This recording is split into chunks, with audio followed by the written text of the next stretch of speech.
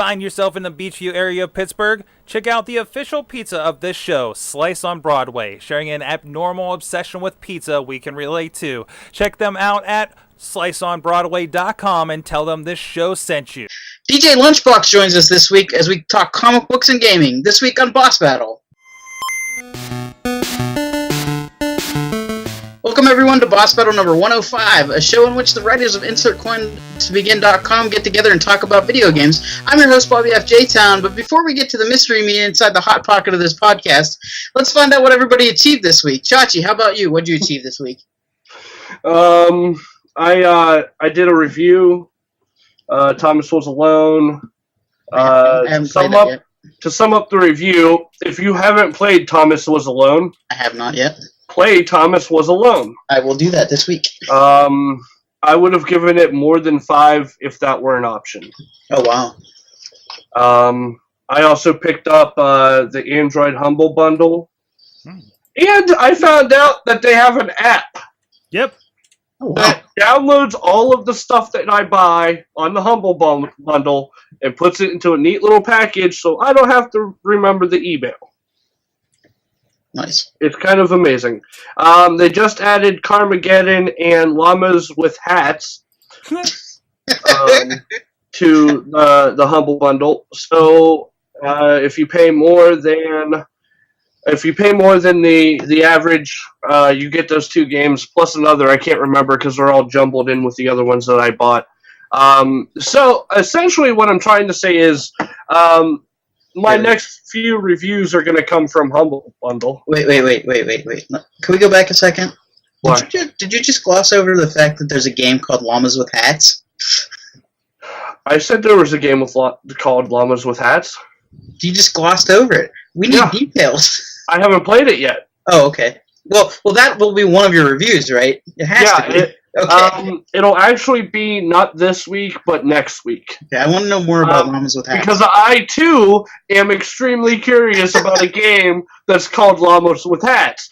However, I'm in the middle of playing a game called McPixel. There it is.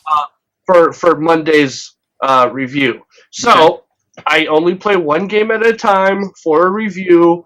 Therefore, I can't skip ahead to Llamas with Hats until Monday. I might skip ahead to Llamas with Hats. You're gonna skip ahead to Llamas with Hats? Maybe. I don't know. I had fun with the Penguin Simulator. So for like 5 minutes. I hated that game. That was horrible. But other than that, I played Madden still. Mm-hmm.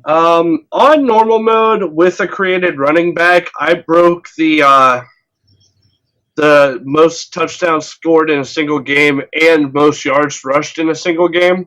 Wow. So essentially, if you want to be really good at Madden, use a running back.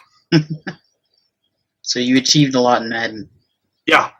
All right. Yeah, I also took the Browns to the Super Bowl, and that's not a toilet joke. Nice. Well played, sir. But yeah, that's pretty much what I accomplished.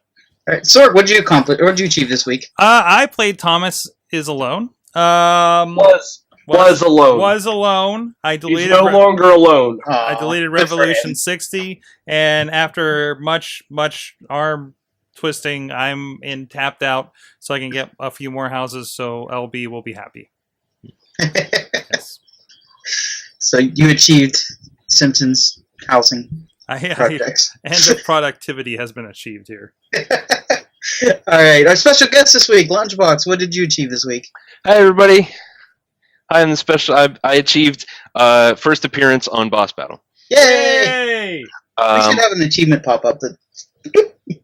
I also achieved a couple of other things. I played. I don't know how to pronounce it. K-Robotica from the K-Rosoft company, which is a tiny little mobile game. It's a lot of fun. Is that new? Yeah, it just came out recently. It's a lot of fun.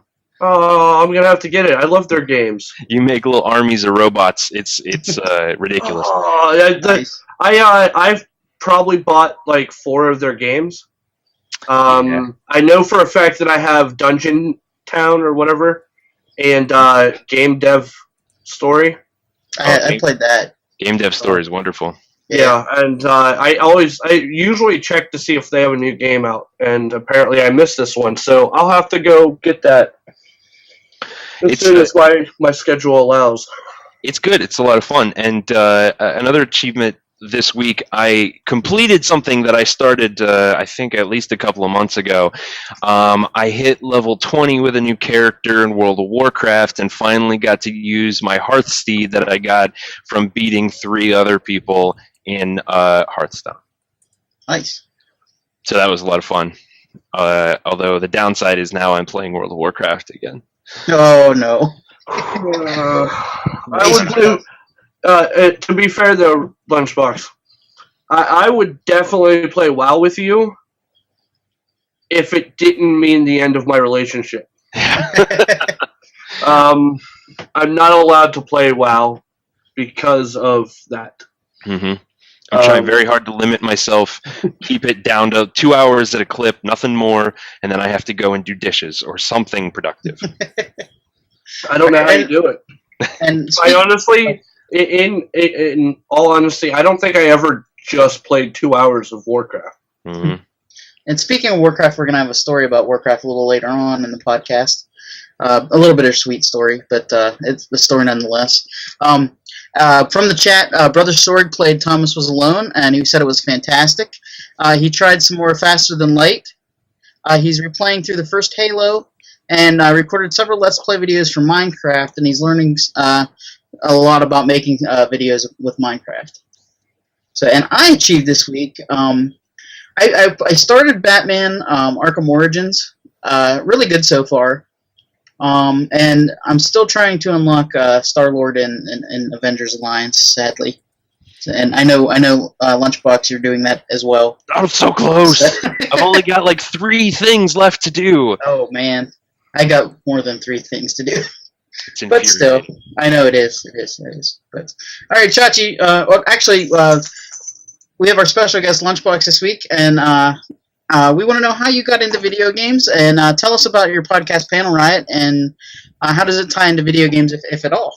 Oh, how did I get into video games? That is a hardcore question. Yes. That's our guest question. I would say I got into video games the same way most kids of my generation did, in the arcade. I started in an arcade and loved it, absolutely loved it. And then when I eventually got my first video game system, which was the original NES, I couldn't get enough. The idea of going outside was over. My first video games were, of course, the Super Mario Duck Hunt combo, and Indiana Jones and the Temple of Doom, which, going back... Oh, that's a tough game. It is a terribly hard game. Yep. It is crazy. So that's how I got started. Probably arcades. I would say it's likely playing Rampage and... I have bad stories about Rampage. Oh, Rampage, and I think the X-Men arcade game in Kennywood. Yes. Classic. Oh, yes. And the podcast. Yes, the podcast.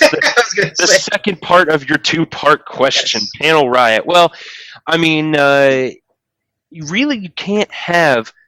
comic books and video games go hand in hand. Unfortunately, more often than not, they're terrible tie-in video games. Like almost every Iron Man video game or any Superman video game. But there are, gems you get every now and then. I remember the Wolverine Origins. Yeah, that was a surprise. Yeah, which was based off of the movie, which was based off of the comic. And the game was better than the other 2. Mm-hmm. It was very strange. But the podcast is still kind of in its infancy. We're just coming up to episode 3 this week, featuring Mr. Sorgatron over there. Hey. But I do think down the line we're gonna do an episode about video game tie-ins to comic books, and oh boy, are we gonna talk about Superman 64? Oh no! Oh yeah! Oh no! All right. The greatest video game comic book ever.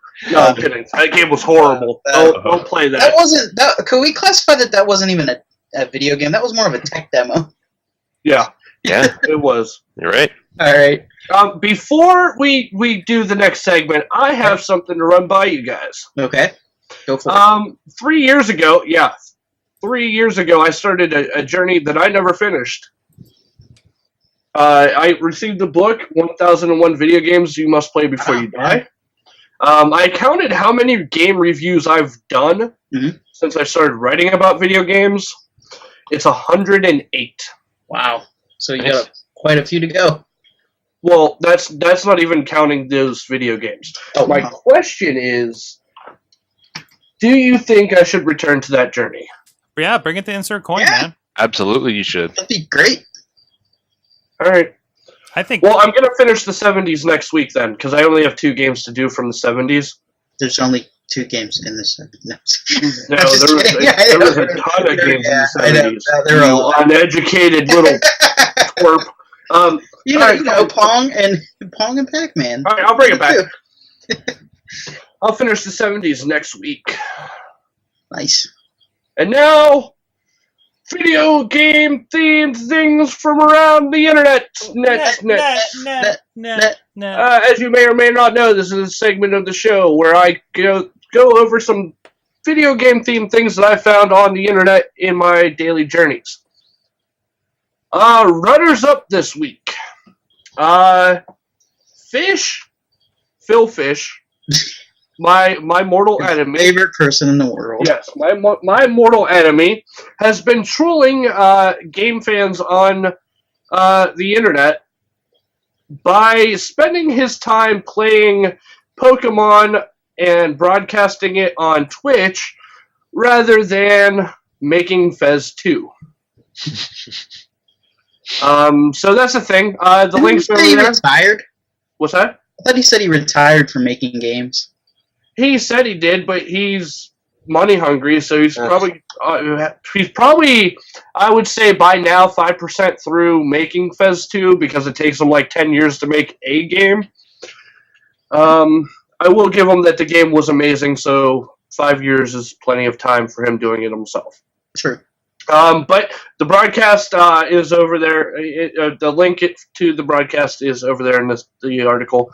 And apparently he's really, really bad at this game. It takes him forever to do anything. So he is taking trolling to a whole nother level. Next up, someone is suing Sony for misleading gamers. And by that I mean they're suing Sony because Killzone does not run at native 1080p.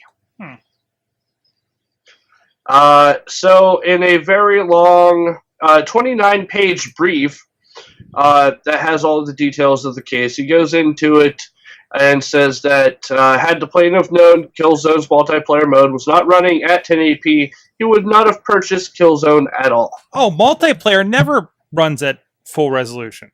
Well, he's suing. Okay. Although this is the same person that's suing the Sega for the same exact thing for Aliens Marines. And Zynga for sharing data with advertisers. And apparently EA for breaking promises with Battlefield 3. Okay. Yes. These are things that are happening in the world of lawsuits. And this is why the country is horrible.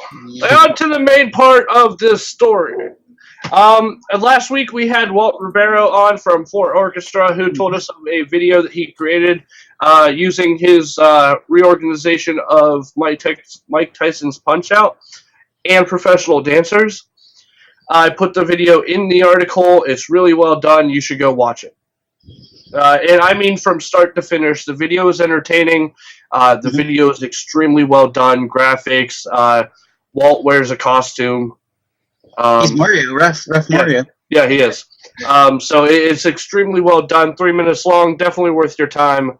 Extremely entertaining. Next up.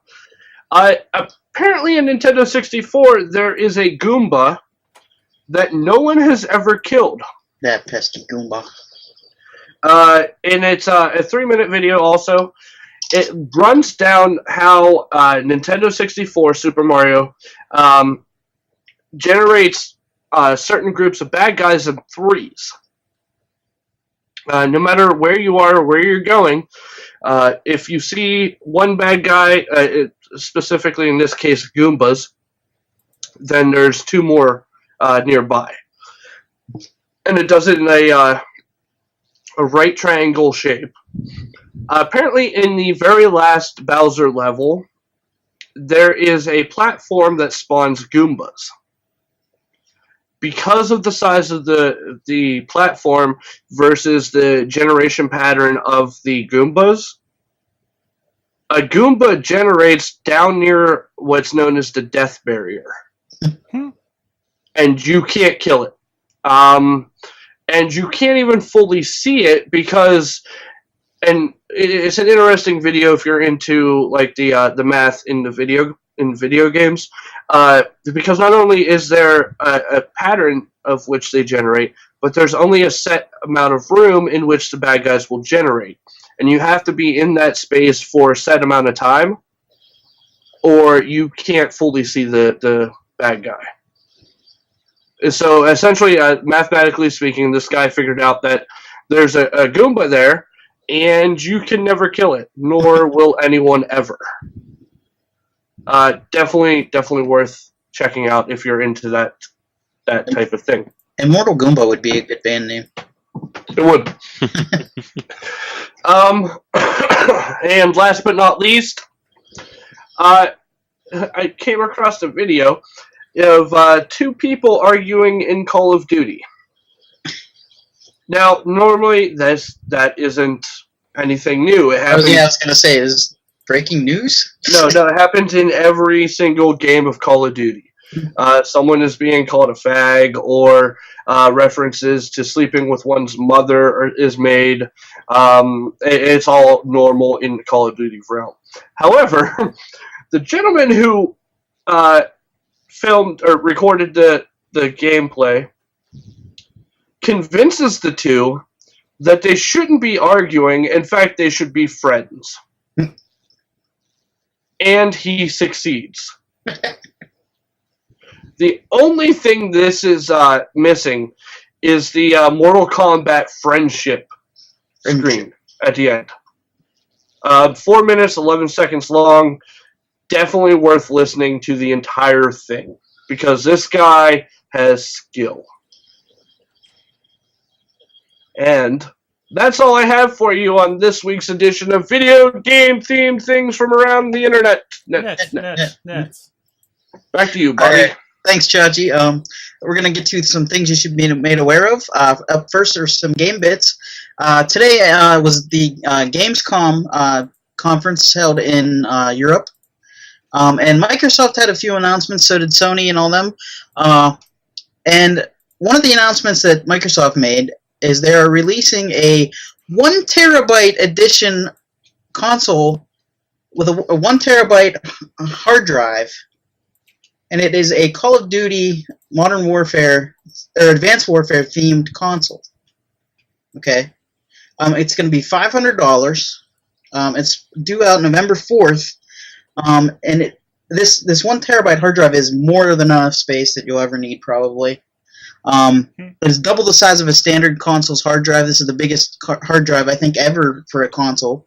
And it includes the branded console, the hard drive, a custom controller, a headset, and a digital copy of the game, but no Kinect. So, what do you guys think about the 1 terabyte hard drive? Do you think that's something that you would need or ever want? I How much? I just filled my 120 on my on my Xbox. I'm pretty close to filling mine too. Yeah. How much did you say it is? The price $499.99. I'd buy it. Yeah. I don't care if it comes. I don't care if it comes with a Kinect or not. An Xbox console with a terabyte of space? Yes, please. Yeah, that would be more than enough than probably you'll ever need, but it's good to have that extra space. Yeah, try me. Yeah. Try me. If you're downloading games straight to the hard drive, then yeah, that's fantastic. Especially with games with gold. Yeah, try me. Try me. I would have to start a notebook to keep track of all the games that I've downloaded, because at some point I would forget. Yeah. All the Call of Duty maps will be 1 terabyte in space anyway. So. All right, our next story, guys. A video game company came back from the dead today. Holy crap! Not these guys. The zombies. Sierra. This is what I think. Sierra Yes. Back from the dead, but it's a little different than you might remember. It used to be a PC company. Now they're going to be an indie game company. They're going to be making King's Quest and Geometry Wars 3. Oh yes. So that's pretty cool. They'll be returning to their roots, publishing new entry in revered King's Quest adventure game series. And the Geometry Wars news is exciting because that game is fun. I can't remember what game it was in to begin with, and they made their own game out of it. It was a racing game, I believe. I can't remember the name of it offhand. Do you guys remember? No. It was in the garage. You could play it. But Activision announced that they confirmed it. Sierra's New Direction will be an independent developer, and that's pretty cool. These guys, and I'm trying to confirm this, but I believe these are the guys that originally published the original Half-Life game. I remember, for whatever reason, Sierra games I got a lot of in the PC days. I remember they made a lot of NASCAR games. Chachi, do you remember this robot fighting game? I think it was called like Cyber Spots or something. That was like one of the first 3D fighting games you got on a PC. Like back in the day, it was by these guys, and they had a lot of really weird games. But they were always the ones you would find, like when you were kind of like, this is before Quake was a big thing, right? Or everybody else was still like kind of catching up to Quake. You didn't get a lot of kind of Sony PlayStation games on your PC back then. And this is one of the guys that you looked out for, for what are you interesting talking games. about? I installed Bleem on a blender. All right. But Bleem on a blender. Wow. It's alliteration for you. Sierra was come great. on. I remember playing the Quest for Glory games, and you had to install them on a series of floppy disks. Mhm. That was good times. Wow. And for those of you that don't know what floppy disks are, they're terrible. You're too young. You're too young to be on the internet. 1 megabyte of storage per I'm floppy looking at disk. the list of games. Some of the early games are High Res Adventure, High Res Adventure 2, Wizard and the Princess, High Res Adventure 3. What? High-res adventure. DC's Quest, the Space Quest series, Leisure Suit Larry. Nice. Some of those properties, of course, have split off into other things. Yeah. I remember my IBM computer just came with like a ton of Sierra games. If this means that they're going to be re-releasing DOS games, then I'm in. Oh yes. Because if there's one thing I love, it's a good DOS game. That's right. Secret of Monkey Island.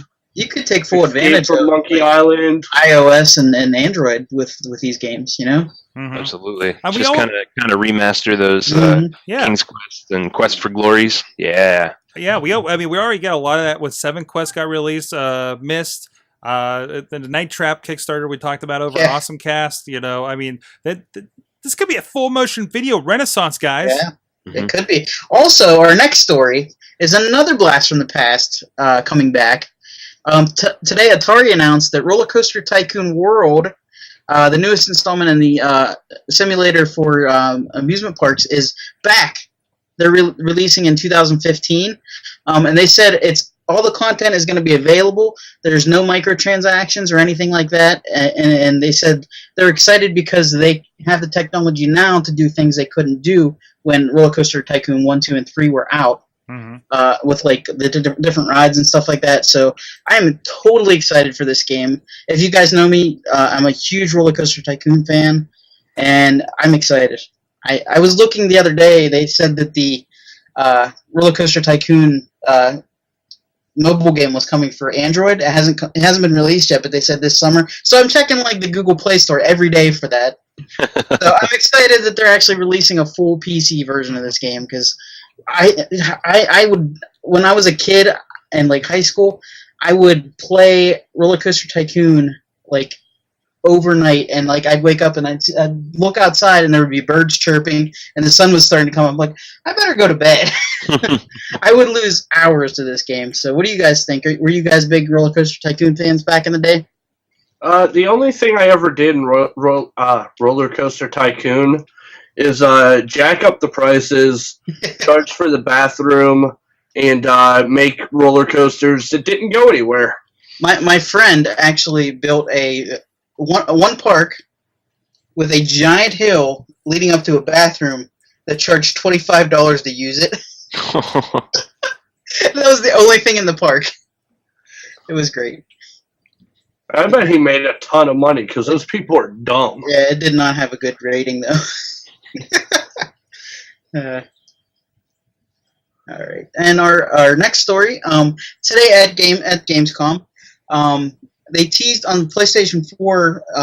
They released a download called PT. Little was known about the download. Once people downloaded it, though, they discovered it was actually a teaser for an upcoming game from Hideo Kojima and Guillermo del Toro. Oh. It's actually they showed this character walking down a hall. He turned around and it was Norman Reedus. If you're familiar with The Walking Dead, you know Norman Reedus from The Walking Dead, and he was also in one of Guillermo del Toro's earlier movies. I believe it was called Mimic. But he is in the new Silent Hill game. Wow. Hideo Kojima and Guillermo del Toro are teaming up for the new Silent Hill game. So that is freaking awesome. If you're a fan of Silent Hill, if you're a fan of the horror genre, and just stealth games in general. So that's huge news for PlayStation 4. I don't know, no word on if it's going to be available for Xbox or not, or Wii U. Probably not Wii U. No, nothing comes to Wii U. But yeah, that's exciting news for like huge Silent Hill fans are like buzzing about this. So nice. Guillermo del Toro being part of this Silent Hill, that's exciting. It's going to be great because all the creatures he makes and stuff like that. You ever see Pan's Labyrinth? Holy crap! Yeah. It's the perfect pair up for this. I like that Silent Hill is going to get something high profile coming up. Mm-hmm. Really creepy characters. Mm-hmm. So all right, Lunchbox, you want to get to our next story? Sure, yeah. So recently, as I'm sure you're all aware by now, Robin Williams passed away, which is a huge blow to everyone. He touched so many people's lives, and it's also a well-known fact that Robin Williams was a gamer. He loved Portal. He loved a lot of different video games.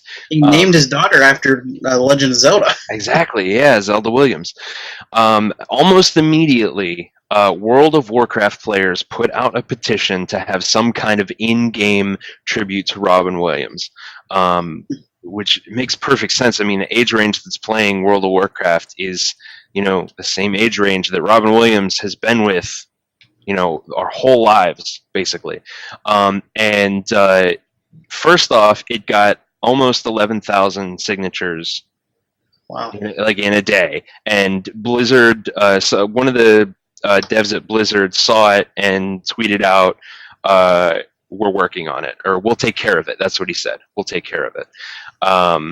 And it's fantastic. You can go and look at the petition, but I mean, you can't sign it. They closed it.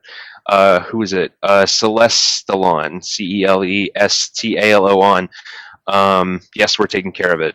I mean, it's vague, but it's also a confirmation that they are going to have some kind of in-game tribute to Robin Williams, and I think that's fantastic.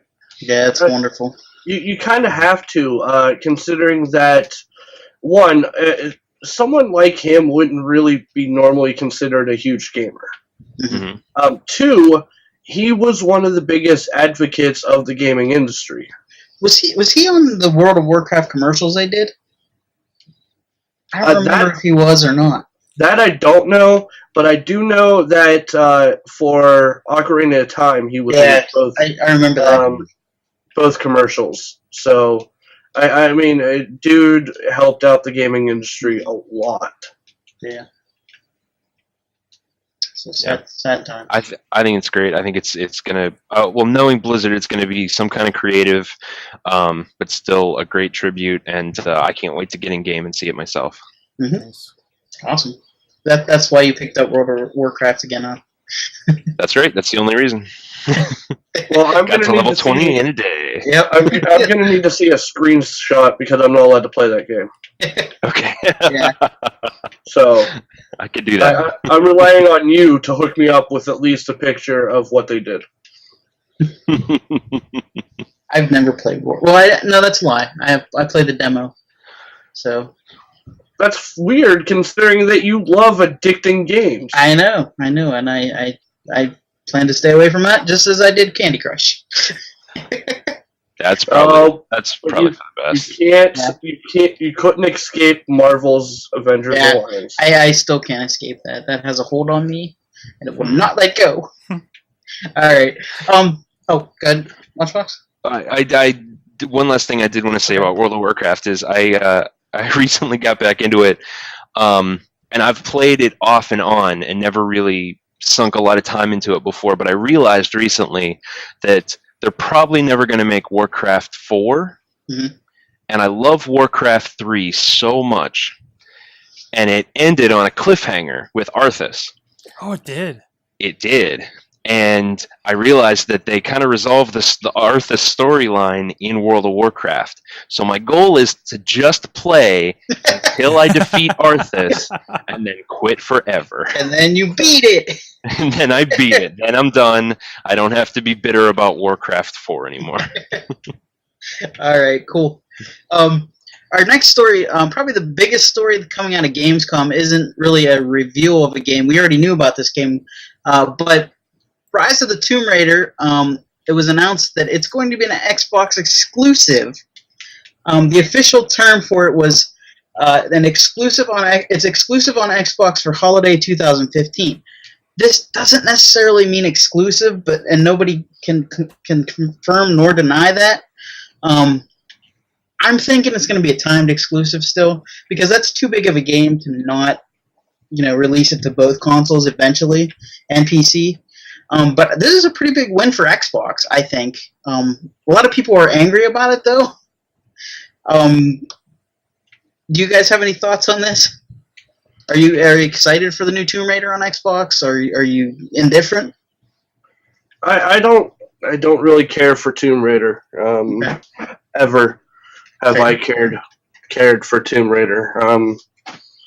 Lara Croft, not that good of a main character. Just not that good of a game series overall. But I think the important part to point out here is that people need to stop assuming that things are going to be console exclusive. Mm-hmm. Because the majority of the time nowadays, they're not. Mm-hmm. No game company is going to be dumb enough to split half the market. Yeah, and unless it's their game. Yeah. I mean, unless they created the game, there's no way people are going to be, or gaming companies going to cut half their profit. It's just not. It's not smart business. Unless Microsoft gives them enough money to do so. That's the thing, is them buying out the exclusivity, and they're probably already doing that if this is a timed exclusive. I'm sure it'll still come to a PC because that's still kind of Microsoft. No, see, I don't even think it would take money. You realize how much money it would take? I mean, you're talking like $300 to $400 million that these companies are missing out on. Yeah, and they also said that Tomb Raider sales were down anyways, so this isn't the best way to go about getting more money. Which is surprising because they sell Tomb Raider in a new edition each and every week for every single available console. I haven't logged into Steam for the past year without seeing some kind of deal on the new Tomb Raider. Mm-hmm. Mm-hmm. I have it for Xbox 360. I have not played it. Oh no, no. I haven't played it. Yeah, but I have the game. But some of the comments that people made, I'm going to read a couple here. Nice move, Square Enix. It's is complaining about Tomb Raider sales. Still, you choose to go with Xbox One, which sells about 2 times less units than PS4. Great success! All in capitals. A slap in the face as a Tomb Raider fan. You sold your soul for money, Crystal Dynamics. You should Wait, hold on, wait. Time out. Okay, go Time ahead. out. That gamer really said they sold. Yes, it said you sold your soul for money, Crystal Dynamics. Do they not realize what the gaming industry is about? Yes, exactly. It's all about the Benjamins. The second word in gaming industry is industry. Industry, yes, exactly. Another person said you should retitle your game The Rise and Fall of Tomb Raider, and you should start packing up your office now since you'll be going bankrupt. So yeah, those were fun little comments there. Oh man, the gaming industry sometimes, let me tell you. These gamers, this is why I don't read comments online. Yep. These gamers are just, you know what, I need to pick up a book. These gamers are just dumb. I need to start mailing these people books. You can go to the library and get a book for free. That's selling your soul. Read a book. Please read a book. All right. And guys, since we have Will on the show, and he is as you know, on the Wrestling Mayhem show, I figured we'd bring a little wrestling talk in. CM Punk's back, but not as you'd expect. He was announced that he's going to be on the roster for WWE 2K15, and he's going to be in the new storyline mode, which is a rivalry mode.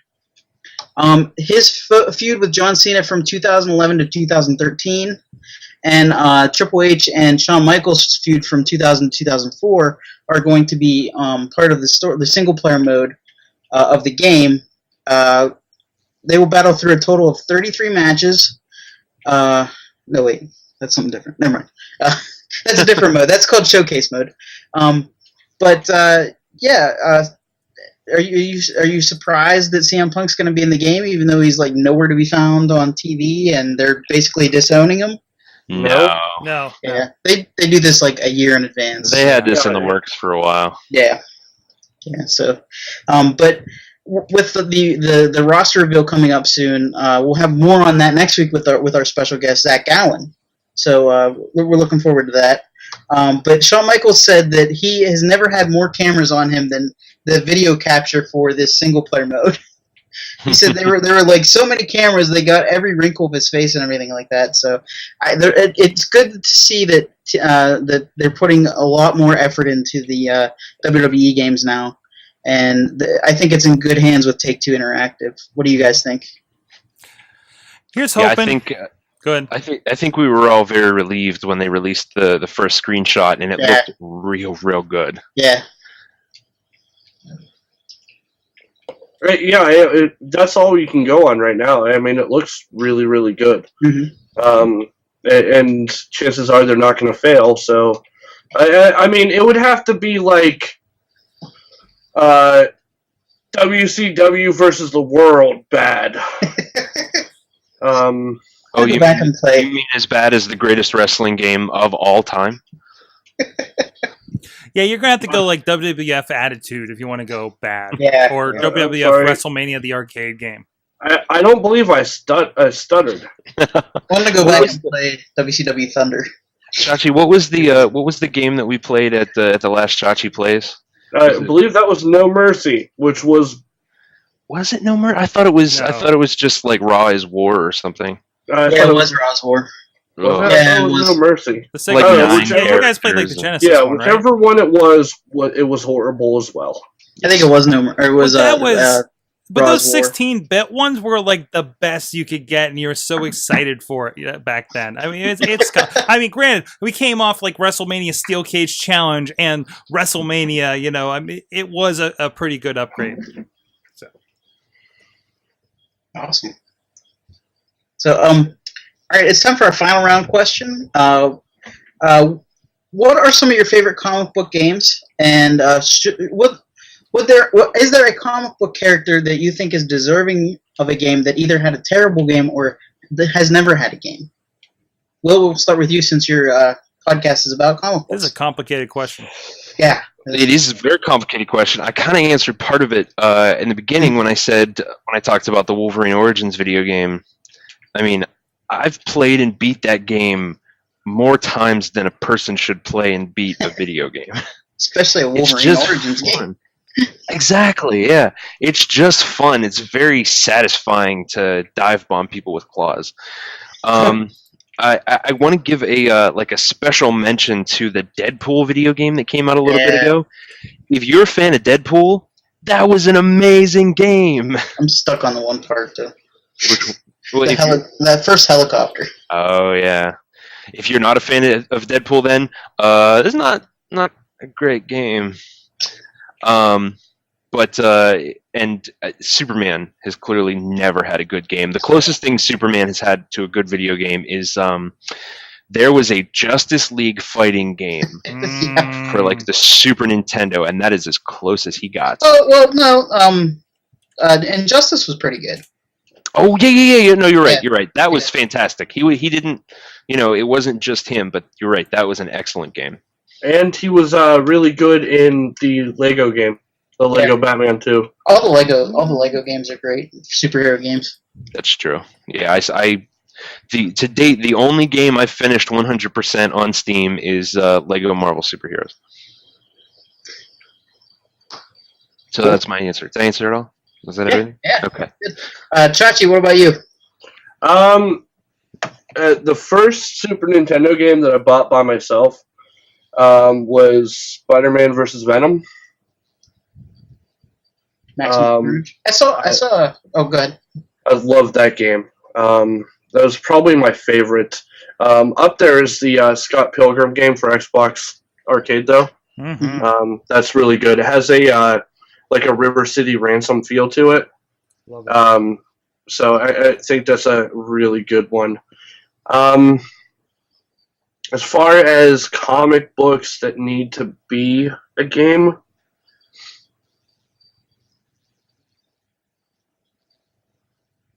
I can't think of any. Because the ones that I would make into a game, i.e. the ones I'm familiar with, because I'm not super into comic books like the rest of you, have already been done. I mean, they made a Deadpool game, and just based on attitude alone, Deadpool is probably my favorite comic book character, because he has the type of attitude that I have. You like chimichangas as well? I mean, it's the whole 90% sarcastic. It's that type of deal. So, I mean, it's already been done. Hey, Sorg, what about you? Did you know there was a Lobo video game? Oh, I vaguely remember. Apparently on the Genesis. It says unreleased for the Mega Drive, but I think it might have been released in America. Anyways, that's not my pick at all. Although that could be a fun modern game, much in the vein of Deadpool. For me, my big ones are like the, partly my heart goes out to this one because I always love the Konami beat 'em ups, and I actually have the X-Men game that I think you mentioned earlier on my phone. Now LB, did you ever encounter the 6-person arcade cabinet? Oh, of X-Men? Yes. Yes, I did. That's the one I was talking about. Yes. I always played the 4-person one though. That's the only one we had. Usually that's the one you found, right? But I just loved I just have that era of arcade games was always the best for me. Hopefully this does. There it is. There's Magneto. There you go. I was always disappointed. I can't remember a good NES one. I remember being disappointed with I got Spider-Man and the Sinister Six. Ooh, that's rough. That's rough. And of course, I was also the X-Men game sucked for NES too. Oh, that was terrible. Silver Surfer, of course. We talked about that. Actually, didn't we talk about that on the podcast this week, LB? I think we did, yeah. Yeah, so... the X-Men game for Genesis was really good, though. Oh, of course. What was the Battle of the... I can't remember what it was called. There was one for Apocalypse too. I can't remember. Yeah, it's a side scroller, right? yeah. Also, the really bad Spider-Man X-Men for Super Nintendo. Mm-hmm. Like, it should have been a lot better than it was. The Revenge of Arcade one, but those were like I thought the best era of like video game, like the 2D 16-bit. The X-Men for the Genesis, even though that was kind of a tough game too. But that's finally when it finally reflected, especially the cartoon at the time, the comic at the time. That was like the best era. Maximum Carnage was a great one too. That's kind of my era for ones. What was that? They had a X-Men game for Xbox. X-Men Legends. Yeah, there's that one, and there was Destiny too. That was Legends is the one I'm thinking of. The one where it was like a gauntlet type game. Yeah. We actually went to somebody's place and played through that, like 3 or 4. Like I think it was about 3 of us that got through that, and just played. I think both games. And like we would pick somebody and level up, like that game. And I know they kind of went on with Marvel Alliance with that same vein. I don't know if Destiny was a similar game or not. No, Destiny was a game that like people write articles about as an example of a failure on the part of a development studio. I think like they like stopped development halfway through, but it still insisted they finish it. It was if you search on, I think it's Kotaku has an article about it. It's just bonkers. Mm-hmm. And plus, it wasn't actual X-Men characters. It was just 2 kids they threw together. It was created characters and stuff. It was really weird. But now it's worth mentioning that that X-Men what was the one that led to Alliance? Mm-hmm. It led to Ultimate Alliance and Ultimate Alliance 2, which had all the Marvel characters. Yep. And Marvel Ultimate Alliance 2, if you try to find it for like the 360 or the PS3, if you try to get it online, it's no less than $100. Oh wow! It is crazy how expensive that game is, and I think I saw it at like an exchange once for $50. Wow, it's insane. Yeah, because it had all the characters. It's not just had all the characters. It's the same thing with something like Final Fantasy VII. Whenever you go to a store or look at it online, like I saw Final Fantasy VII at the exchange for no less than $75. Because the game was so popular that no one wants to give it up. So if you come across one, people are willing to pay whatever someone wants to get that game. And it's the same thing with the game that Will brought up. That makes sense. Although I remember renting and playing Ultimate Alliance 2, and it wasn't that good. It was just that same style and grinding over and over. It just had the Civil War storyline. Yeah. I don't know. Oh, and my favorite comic book video game would be Arkham City, of course. And the one I want we didn't mention that. the one I want to see get a video game is actually Booster Gold. Oh man, I think that would be so would be much fun. great. You have your little robot companion with you. So, and from the chat, Mad Mike said Comic Zone is one of his favorite, and a Teen Titans Lego, a Teen Titans game. He said, and Brother Sorg said Spider-Man, the second movie version, which was another great game, and yeah. Right, that's going to do it for us this week. You can, we want to thank our special guest, Will Rutherford, a.k.a. DJ Lunchbox. You can follow him on at PanelRiot on Twitter, and at DJ Lunchbox as well. He's also going to be on the Mayhem Show, so tune in for that. You can follow us on Twitter on at InsertCoinTB, and you can visit us at InsertCoinToBegin.com. New articles are going up daily, and you can join us live each and every Tuesday night at 8 o'clock on live.sorgatronmedia.com. A special thanks to Mike Allen at Mike Allen PR for helping us with the notes and tweets all night. For at Sorgatron, at D-Riz, who's not here this week, at Chachi Says, I'm at Bobby F. J. Town. Game over.